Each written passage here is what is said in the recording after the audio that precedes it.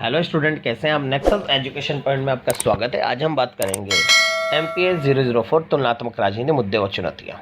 IGNOU university topic है सामुदायिक पहचानों को परिभाषित कीजिए, समुदाय पहचान के लक्षण, समुदायों के बीच द्वंद्व बताइए। तो यहाँ पर बच्चे या तो समुदाय के लक्षण पूछ लेता है या समुदाय जो विभिन्न समुदाय हैं उनके बीच में जो द्वंद्व है यानी संघर्ष है उसके बारे में भी आपके क्वेश्चन पूछ लेता है। तो आप इससे बहुत समुदाय की पहचान को आप अच्छे से समझिएगा। चलिए बात करते हैं। सबसे पहले समुदाय की पहचान होती क्या है इसके बारे में बात करते हैं।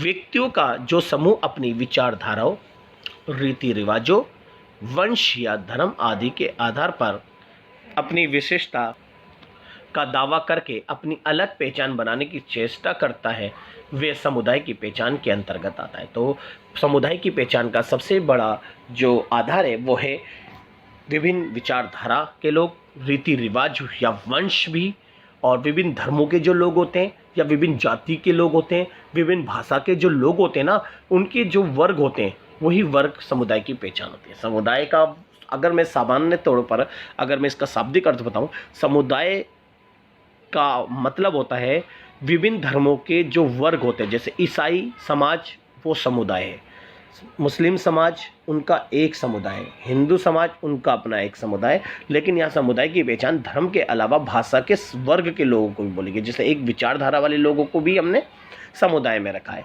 एक रीति रिवाज वालों को भी हमने एक समुदाय में रखा है। तो समुदाय की पहचान जो होती है वो विभिन्न विचारधारा, रीति रिवाज, वंश, धर्म, भाषा के आधार पर की जाती है। इसे ही हम समुदाय कहते हैं। वे समुदाय की पहचान के अंतर्गत आता है। जैसे फिलिस्तीनी, मुस्लिम, अरब व यहूदी अपनी पृथक विशिष्टता के आधार पर पृथक पहचान के लिए दावा करते हैं। अगर हम बात करें फिलिस्तीन के अंदर जो मुस्लिम, अरब है और यहूदी अपने अलग पृथक समुदाय और अपने अलग क्षेत्र की मांग करते हैं। इसके अलावा समुदाय के अंतर्गत आते हैं श्रमिकों, श्रीलंका में रहने वाले तमिल विशिष्ट के आधार पर। अगर हम बात करें तमिल लोगों को, तमिल जितने भी तमिल लोग हैं वो अपना एक समुदाय बना रखा है, वो अपनी अलग पहचान के ऊपर वो बात करते हैं, समुदाय के अंतर्गत आते हैं। और श्रीलंका में रहने वाले तमिल भी पृथक पहचान का दावा करते हैं और वो कहते हैं कि हमारी पहचान बिल्कुल अलग है। भिन्नता और विशिष्टता का ज्ञान ही समुदाय पहचान का आधार है। इस प्रकार कुछ समुदाय की पहचान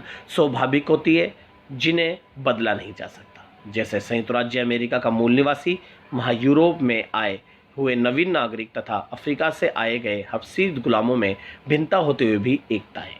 तो इस तरह से कुछ समुदाय की पहचान जो होती है वो स्वाभाविक भी होती है, जो आसानी से पता लगाई जा सकती है। और अगर हम बात करें समुदाय के अंतर्गत, हम समुदाय की पहचान दूसरे तरीके से भी कर सकते हैं। जैसे कि जब किसी देश में एक समान आस्था रखने वाले जो लोग होते हैं उनको भी हम समुदाय की पहचान के रूप में हम करते हैं। जैसे कि हिंदू समाज है, उनके रीति रिवाज, उनकी परंपरा, संस्कृति, उनके जो त्यौहार हैं उनके वो अलग हैं, तो उनके समुदाय की पहचान कर सकते हैं। और जो मुस्लिम समाज हैं उनकी रीति रिवाज, परंपराएं अलग है, खान पान अलग है, तो उनके समुदाय की भी हम पहचान इनके विशेषताओं के आधार पर कर सकते हैं। इस तरह से हम समुदाय की पहचान कर सकते हैं। तो अब बात करते हैं समुदाय की पहचान के लक्षण क्या है। पहला है विभिन्न जाति, वंश, धर्म के आधार पर समुदाय की पहचान की जी। इसका लक्षण है कि हम समुदाय की पहचान हम जो करते हैं उनकी भाषा, लिंग, जाति, परंपरा के आधार पर करते हैं। ये एक पहली विशेषता है। दूसरा है सदस्यों के बीच सामूहिक चेतना और संपर्क के आधार पर समुदाय की पहचान। जब देखते हैं सदस्यों के बीच जो चेतना होती है, जिस समुदाय के लोग एकजुट रहते हैं, दूसरे समुदाय के लोग एकजुट होते हैं या एक देश के लोग एकजुट होते हैं, तो उसे हम समुदाय का रूप दे देते हैं। विभिन्न व्यवसाय समुदाय के आधार पर, जैसे विभिन्न बड़े बड़े व्यवसाय के लोग होते हैं और सभी व्यवसाय का लोगों का जो एक गुट होता है यानी वर्ग होता है, उसे भी हम समुदाय की पहचान के रूप में परिभाषित करते हैं। स्थान के आधार पर किसी स्थान पर रहने वाले जो लोग होते हैं उनको भी हम समुदाय के रूप में स्थापित करते हैं पहचान के रूप में। अब बात करते हैं समुदाय के बीच में द्वंद्व या संघर्ष कैसे होता है।